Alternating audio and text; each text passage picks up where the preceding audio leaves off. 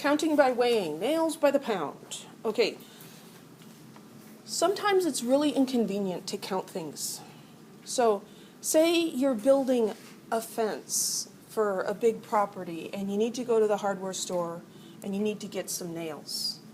And you can kind of figure out how many nails you need.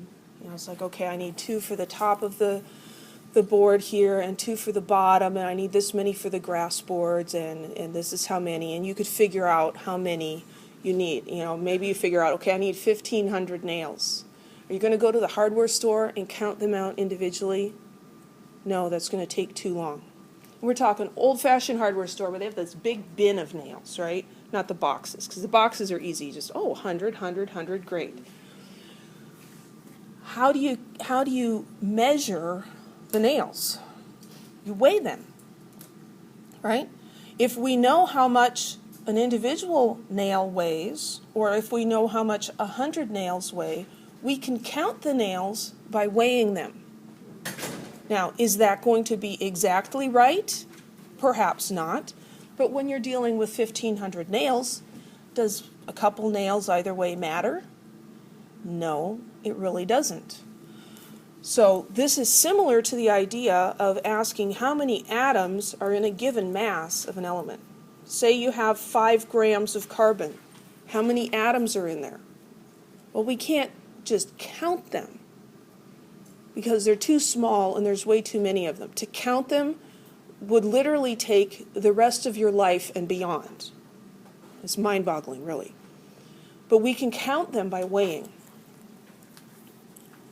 So let's stick with the nails because we can visualize this. So let's say a hardware store customer buys 2.6 pounds of medium-sized nails, and a dozen of those weighs 0.150 pounds. How many nails did he buy? This is a dimensional analysis problem. And we have a conversion factor hidden in the problem. A dozen nails weigh 0.15 pounds. So 1 dozen is equal to 0.150 pounds of nails. That's hidden in there.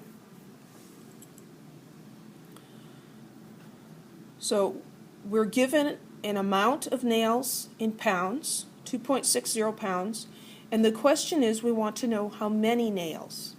Well, first we're going to go from pounds to dozen because we were given that relationship, and then we can go from dozen nails to number of nails because we know that a dozen is 12. So we take 2.60 pounds of nails, we multiply by 1 dozen per 0.50 pounds, we multiply by 12 per dozen, and we come up with 208 nails.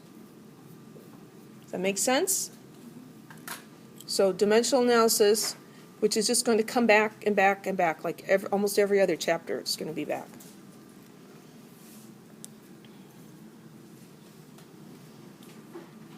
Yeah, and then it goes into way too much detail. So the conversion factor for the first part and the second part.